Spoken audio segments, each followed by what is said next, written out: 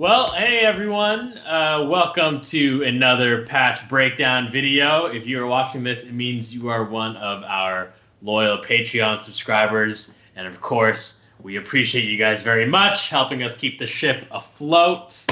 We're here talking to Kevin Hawley, aka, how do you pronounce your moniker? Is it Kaon? Yeah. Kaon? Okay. That's what I'm going with for now, yeah. Great, Kaon. Let's call it Kaon. With Kaon, we're here with Kaon. He played at the last Modular Nights live stream. When was that? May 2nd, a week ago. And, you know, he did a killer job. So we're here, you know, kind of break down his patch a little bit. Yeah. Well, thank you so much for being here, Kevin, and thanks for having me. Time to do this. Oh, I should mention, if you guys don't know who Kevin is, he does like a lot of our digital media. So 9 out of 10 times, if you see me post photos of mod nights or mots, then the photos are coming from Kevin. He does a lot of our flyer design too. He's killer. He's a killer guy with killer talent. And, you know, I knew you were a good graphic designer. I knew you were a good photographer. I did not realize you had this level of, like, modular music skill. Because this is the first time you played, you know? It's been a minute. We've been trying to get you to play, and I'm glad you were finally able to do something. It was good. It was really damn good. Thank you. I really appreciate that. It's been a long time coming because, I mean, I've been coming to the modular shows for over a year now, like over a year, and it's been great. Yeah. So many talented people, and it's a little intimidating playing with all these talented people and stuff. So to be associated with that, even though I haven't played live with you guys yet, I'm sure it's going to come soon. But well, yeah, we'll have to do like a redo or something, like live in person, you know. Oh, I know. We need to get you up on that stage, man. Yeah. But yeah, no, I mean, we're glad to have you. The shit sounded killer. So let's dive into it a little bit. Let's see. I mean, I kind of want to know. I mean, normally when I, or at least at first when we started doing these patch breakdowns, we talked a lot more about like the gear and sounds. Lately, I'm more interested in hearing artists kind of like their methodology or their line of thinking when patching. And you know, just listening to the set, it seems very methodical. It's very there's a lot of different parts, a lot of different sequences that are all kind of moving in and out. And it seemed like the structure was very well planned, very well thought out. So when you kind of approach your modular with the intention of doing a 20-30 minute set, how do you exactly get started, or do you go in with a plan, or just kind of give me some insight into that? Yeah, totally. That's a complicated question because, I mean, I haven't done a whole lot of sets. I've done a few. This is, as far as live modular sets, this is probably my third or fourth technically, but like this is your third or fourth, because it sounds like you're a fucking veteran, dude. Oh, thanks, man. Yeah. Well, a year ago was my first one. It was a company show that we did for my company, and we played at the Crocodile. So my first show was at the Crocodile. It was pretty cool. But anyway, and then some parties since then with Molly, the Unique Molecule. She had a party at her house, and I played over there. Nice. Cool. Yeah. So anyway, what I was thinking of, like when I put this together, I kind of had an idea that, like, I have certain samples that I have certain voices that I use. I've always come from a background of like metal and rock bands. I'm a drummer, and I've been playing drums for like 20 years. And so when I think of like how I organize my modular system and what voices are involved and stuff, I kind of come at it from the approach of just a basic band. I got a bass player, guitar player, singer, chords or keys, however you want to call it. And so using those, I knew that I wanted some kind of progression that got a little bit heavier as it went on. And I just did that through using distortion and heavier drum samples in my set. So I have like 3 sets, and it just kind of got progressively a little bit heavier. And then I kind of went back and forth in some of those and just kind of varied it a little bit.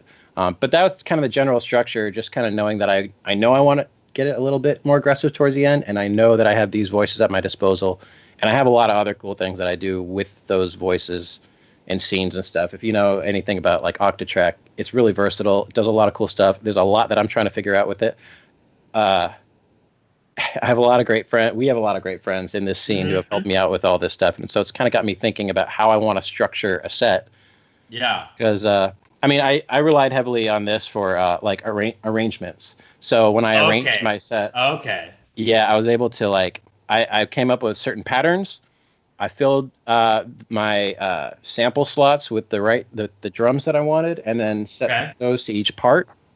And so I just came up with a total of 3 parts and a variance of patterns. And so So then is your Octatrack then? If I understand what you're saying, so your Octatrack is playing your drums. Yes. And then it's also is it like acting as like the main sequencer for this patch or? Yeah, exactly. Yeah. Okay, nice, right on. You know, I like what you said, and it kind of made sense to me when you said your background was kind of a drummer and in like rock and metal. Because if I'm remembering, you know, the way the set started, it had kind of those like IDM kind of glitchy drums, and then it moved into like 80s rock ballad drums, especially like with that heavy snare on the reverb too. Exactly. Yeah, I'm a big fan of like heavy hitting drums. As a drummer myself, that's kind of how I play. So I want something that's really impactful. A lot of the music I grew up listening to, it involved a lot of industrial and metal. So the heavier, better. Yeah. No, I mean, hearing you say that makes a lot of sense. But you know, it's funny because listening to your set, I did think like, okay, I hear the heaviness. I hear like the rock influence. But also there's a lot of like really pretty stuff going on. So kind of walk us through just some of the different synth voices you have going on and how those are being sequenced, how they're being modulated. Like kind of give us an insight into that a little bit. Sure, totally. I'm not sure if you want to hear it while I'm talking about it. Yeah, I mean, I would love to hear just each voice one by one if you're able. Sure. Let's hope that these are still in tune. So let's go ahead, and I'm just going to turn everything off except for... So I have 4 voices. And so just real quick, the 4 voices are my bass, my chords, a Manus Eteritas, which is really versatile. I keep saying that a lot, but it's true. Isn't that a drum module? So that's interesting. So the Basimilus Eteritas is known more for percussive stuff. And I think that has more to do, and I don't have as much experience with the Basimilus. I think it has more to do with like the envelope shape and the attack. So it's more of a smack like a drum as opposed to like a pluck of a guitar string. I view this more as like a guitar, whereas the Basimilus is more like a drum. But that's my opinion, man. So you use it however you want. I could probably do a lot of the same stuff with the Basimilus as I could with this. So it could be a drum module. You know, it does a lot of stuff. Right. But you're using it here melodically. Okay. Yeah. So what's really cool about that module is that there's a switch on it for different octave ranges. And so if that's the best. Yeah. So just whenever I feel like it, I can turn this from a bass into a lead. Or if I have my arpeggiator going, I've actually multed that. And this is something I could talk about more. But like, I actually have 3 different sources of pitch and gate coming into my my lead voice and my Manus. So at any time I can switch off of the sequence that I made in my Octatrack, and I can switch on to the arpeggiator, or I could switch off the arpeggiator and switch on to my ribbon controller. So each one of these oscillators, I could just I can change whatever notes it's playing at any time, and it can be really that makes sense. Listening to your set, there were so many different melodies going on at different times. Yeah. And I'm sitting there like, damn, how many sequencers does he have? Yeah, dude. It's a lot. It's I mean, the one sequencer for each of those, and then the arpeggiator is totally separate. So I do have more than one technical like sequencer in here. Right. I'm curious. The Mannerus, Iterus, however the fuck you. I look. Those modules are dope, but I fucking hate pronouncing them because they're I don't want to start any beef with with any manufacturers here. But name your modules better. Anyways, I'm really curious to hear that voice. Can we hear that a little bit? Yeah, let's go ahead and do that. I'll go ahead and put my arpeggiator on it. So let's go ahead and let's just arpeggiate. So There's my pitch and my gate on the arpeggiator, and we'll get that going here.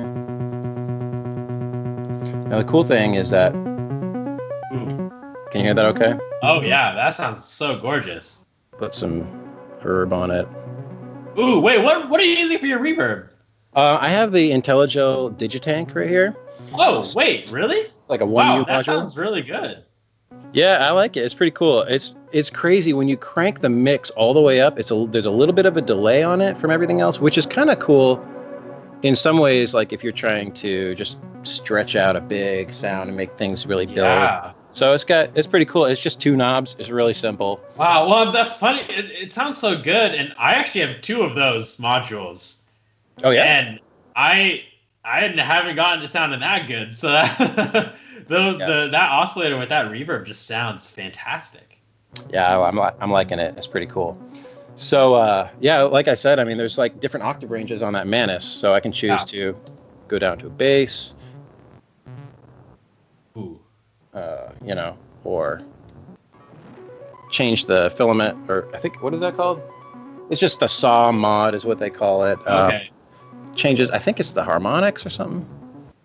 But it's a dirty pot, so I got to clean it out, so it's a little scratchy. Oh, yeah. I have a few modules like that. Hey, Kevin, can you actually turn up your modular a little bit?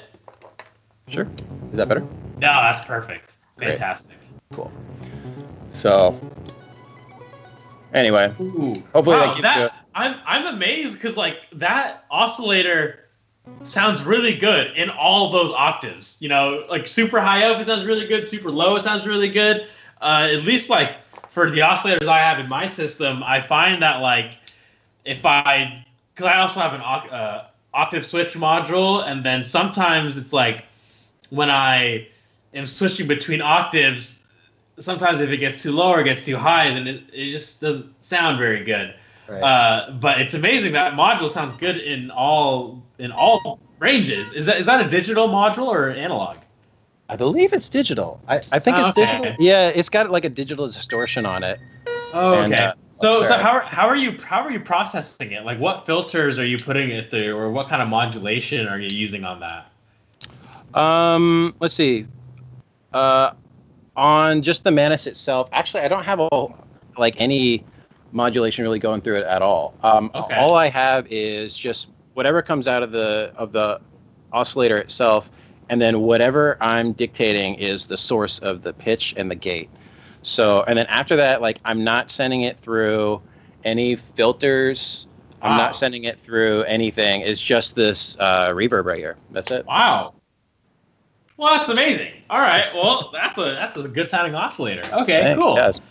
So that's acting as one of your leads or one of your bass lines, depending on what you have set. Exactly. And real quick, I just want to mention, so one of the reasons I chose this particular module is thanks to Tim at PodMod, because he had noise engineering on. Boo! PodMod sucks! I love Tim. Just kidding. I know. We love you, Tim. Tim is the best. He's my hero, dude. But they had noise engineering on, and one of the things they were promoting this particular oscillator for one reason is because a lot of the money that goes to it, a lot of the proceeds when you buy this oscillator goes to save pangolins, which is an endangered species. So, hey, if you want to do something good for the world, I did not know that. It's great. So if you want to save something in the world and get a killer oscillator, man, get a Manus Certoritas. It's so cool. That's like the most random shit I've ever heard. It's great.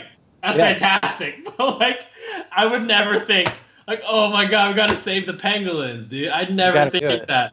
That's amazing. God. Well, and that's so good. I think it's because one of the founders was a botanist or a biologist or something. So it's like it's kind of in her field. Got it. Yeah. Wow. All right. Cool. Right on. Okay. So that's that voice. What else do you got? The thing I'm most interested in here is chords and how you're handling chords. Sure. Because as we all know, doing polyphony or doing chords in modular is typically a pain in the ass. So I'm curious as to how you go about that. Totally. So first of all, with chords, actually all of my voices are all going through this quantizer. It's called the Symphonian. It's from ACL. It was designed by a guy named Matthias Kettner, and I'm a huge fan of this thing. I pre-ordered this back in like 2017, and I've not been let down. It's so amazing. Colin Bender's just got one. It's starting to show up in a lot of racks of a lot of famous musicians, famous modular people. I highly recommend it. If you're somebody who's trying to make not just random, I mean, there's a lot of different flavors of modular stuff. A lot of it's kind of random, and you get all sorts of sound sources and stuff. But for this guy, if you're trying to really build a great chord progression and a playable, if you need a playable interface for changing the pitch of any of your voices, this is a great way to do it. So one of the things that it does is it has a chord generator. And so you take one input from your sequencer and you feed it into your chord generator, and it splits it into 4 voices. And you can dictate which intervals of the scale that you're in. You can turn on, like right now, here, I'll go ahead and turn this up. Hopefully you can hear this okay, I don't know. It might sound like crap. No. I gotta go. I can't hear it as well on my end, so I'm not sure if it's all out of tune or whatever, but ugh. You could turn that up a little bit. Could I? Okay. Yeah. There you go. So it's all playing one note, so it doesn't sound that great. Sure. Ooh. Sorry. So you change. So what I can do, you can change the pitch. You can choose what intervals. Yeah, it's a little out of tune right now. Okay, sorry about that, guys. No, it's all. Dude, we know how it goes. Yeah. Oscillators always go out of tune. It's always bullshit. I mean, half of making music with modular is fighting with the modular. So. Oh my god, you have no idea. Every time I had to like practice this set, I had to go through and like fight with like every setting. Yeah, right. I'm more familiar with like how to set this up at the beginning of the set than the set itself, because I have to keep starting over. And like, I think it's crazy. But yeah, anyway, so it's like I got 4 oscillators inside of my spherical wavetable navigator, which is it's an awesome wavetable. VCO. It's awesome. It comes with 6 voices in it and 6 LFOs in it, but I just use like 4 of those out of the 6. Oh, okay. So I got the 4 that come from my chord generator.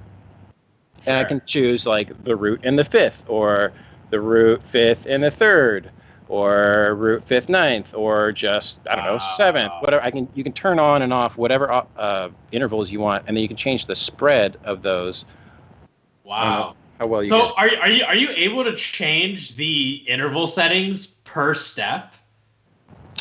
So that's a little trickier. So yes and no. It has a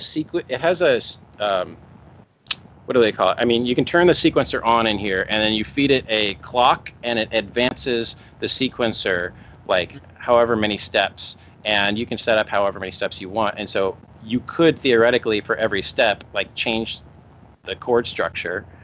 Yeah, so that could be done.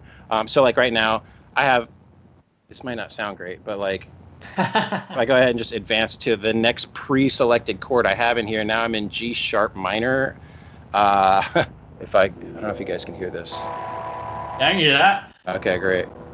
Or B flat minor, or whatever. Like, so. Anyway, basically, you can pre-select your stored chord structures and then play around with it as you're. Got it. That's so nice, and it's especially nice too that you're using the what is it called, the spherical wavetable navigator. There you go. Yeah, it's great. Because like it's nice because then all your chord voices are going to sound consistent. Rather if you're using like different oscillators, then you can get a little different timbres. But that's really nice. Well, and it's nice to see someone using that module and getting good use out of it, because I've heard a lot of mixed things about it. I know. I think it's one of those modules that either you love it or you despise it. So. Right. I understand. Yeah, it's got a lot of bells and whistles inside of it. You can actually choose to set each oscillator to a different waveform. So if you wanted to, you could have like a square wave, triangle, saw, and something else, like all playing together. They're all playing the same note, but they're like a different waveform. Right. But one cool thing I did about that in my set is I chose to make this a little more dynamic, where at any time I can choose to turn on my sample and hold, which feeds into which waveform I have selected. And so it's a random sample and hold. And if I go ahead and turn it on, while I'm playing, what it should be doing is sending a random sample and hold into whatever waveform, like just a random waveform. It just selects it. So, oh, that's so cool. I don't know if that sounds like crap or what, but basically, it's just kind of a weird, like, digital sounding. It's like chopped up different waveforms all together, and it's just changes with a pulse through the sample. Oh, nice. So the waveforms are changing with the clock of the rest of the patch. Correct. Thank you. Yeah. Nice. So, does that make sense? Yeah. Oh, absolutely. Can you actually turn that up a little bit? Oh, yeah. Sorry, audio on my end is not the same as audio on your end. So. Oh, no, it's all good. We're working through it. It's fine. Cool. Oh, I see. Cool. Okay, nice. That's really nice. It sounds really messy and weird, but like. No, it gives a lot. It gives a lot of like cool variation. So, yeah, it's weird. Anyway, that's kind of the point, was just to kind of give some variation, and if you throw some reverb, and some other weird stuff on it, you can get some cool textures and some effects. So I got a U-burst on there, which is... Oh, nice. That's just clouds, right? Exactly. It's like a micro cloud. So I got that coming in after my chords. So if I got my chords trailing off and like the release is going, then I can slowly bring up a little bit of the sparkly granules of reverb. So this is a good segue because so you have your voices and you have your drums, which I know we didn't go through all of them, but I'm more curious, like, how are you performing? Oh. Does that question make sense? Like, what are you doing to the patch in the middle of it to kind of move things along? Totally. So like I mentioned earlier, I have like this arrangement already going. It's already set up. So it's already going to move from pattern to pattern and have my certain tracks muted or not muted. And it also has certain, whichever drum machines or filters or scenes or everything that you do inside of the Octatrack, I've already pre-selected all of that stuff. So when I'm ready to play and I just hit play, what I'm doing, my hands are mostly like 95% of the time, they're going to be up here, and I'm just playing around with filters, distortion, and the release on my ADSRs. And, okay. Oh, nice. Yeah, so like the width, not, the length of the gate being open. Right. So Yeah.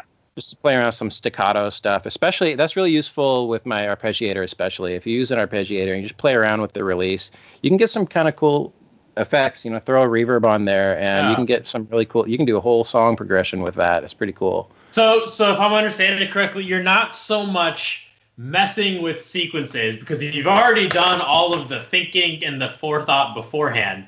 So it's all already set up to play the right sequence. You're more just messing with different parameters of various voices while the patch is playing.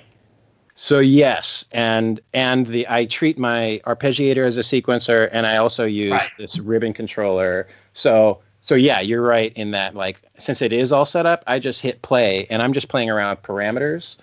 But at any time, I can take my two lead voices, my Manus and my Erica Sense voice, and I can switch any of those or both of those onto my arpeggiator or my ribbon controller. So there is some options for me. If I'm not really feeling like the sequence is really working for me in the moment, I'll just be like, no, I want to jazz it up right now. Let's go over to that arp, or let's do a solo on this thing. And so, yeah. Nice. And so it's like you've kind of built the patch, built the set that you want, but you're leaving yourself room in case in the moment you decide things suck and you need to change it up. That's exactly right. Yeah. Oh, right. I'm always so fascinated by people who patch like that, who are like able to do some premeditation on like their sequences and the structure of the patch, and then kind of just mess with the parameters on the fly. Because I'm very much the opposite. I am setting up all my timbres, all my sounds ahead of time, and then my performance is fucking with the structure and coming up with the melody on the spot there. So I think it's very cool that you're able to kind of do all the heavy lifting on the front end, because then I'm sure that makes the performance itself a lot more like, it's still exploratory, but it's like you have like something like a foundation that's already built, so it's not gonna suck. Right, exactly, and that's what I'm really trying to avoid, because it's so unpredictable with modular. Anything can go wrong at any second, right? So if you can like think out any of those kinks ahead of time, then you're good to go. But like the I just lost my thought. I just had an idea.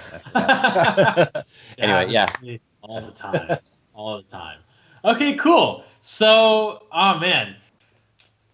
So what? Just walk me through, like, do you have any unique or crazy patching techniques that you're utilizing in this set that you particularly are pretty jazzed about? That's a great question. Yeah. So I mentioned earlier with my chords, I also have this weird thing where I have this random sample and hold that's going into it, where it changes which waveform is being played in time, and it like changes it in time with the tempo of the song. Right. So the way that I have that going, if I had in a perfect world, I would have another switch where I could just switch that on. But since I don't, I just feed it through a VCA. And so when I want it, I can crank up the VCA and allow that random voltage to come in. And I can even like kind of, that allows me to control like the how far the range of voltage comes through, if that makes sense. Yeah, totally. Yeah. So you can introduce like just a little bit of that sample and hold if you just want like some light waveform fluctuation, but then you can also just go absolutely crazy with it. Totally, exactly. So it gives me some options there. So controlling, basically using a switch function with the use of a VCA instead of a switch, I think, to me, is something that kind of interesting. Another one I would say is my bass, which I haven't talked about yet. So this is a Roland 512 VCO. Maleko, I think, had something to do with it as well. I got this from Cindy and Tom, and man, I am not disappointed. So Cindy and Tom over at Patchworks were telling me about this thing. I was looking for a new bass module, and they're like, dude, try it. Trust me. And they handed me this thing. I plugged it in. It took me a little bit to get what was going on. It's basically a dual oscillator, two different voices that I use for my bass, but it could do the whole spectrum. And working together. Anyway, I don't know. It's great. I really recommend it. What I do with that is I feed it through my noise engineering Kith Rowena, as well as a filter. Again with these fucking noise engineering names. I know, dude. So the Viol Rowena and the Kith Rowena are the two Rowenas that I have. I want to try the Tercy, but yeah, they do have crazy names. I don't know. But hey, we gotta save the fucking pangolins, dude. So you know, priorities. Yeah. Exactly. No shade. I'm not trying to start beef with any manufacturers. All right, just no. Everybody should go buy one. Buy one. And then also buy a. This is really just an ad. This is really just an ad for noise engineering. Exactly. So just to wrap up this last patching thing is I have this crazy thing with my Kith Rowena and my filter where I'm patching in. I'm trying to remember, is it filter and then distortion or distortion and then filter? Either way, if you're working with a filter and distortion at all, play around with the order in which you do those, just like on a pedal board or whatever. Which one do you prefer? Do you prefer filter distortion or distortion filter? Because I prefer distortion and then filter. But what do you do?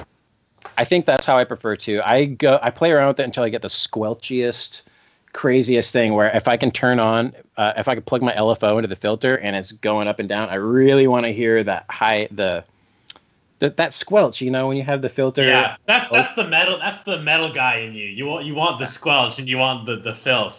I like it for sure. It's a lot of fun to play with that and the range for that thing too. So, that's the other thing is just playing around with filter and distortion.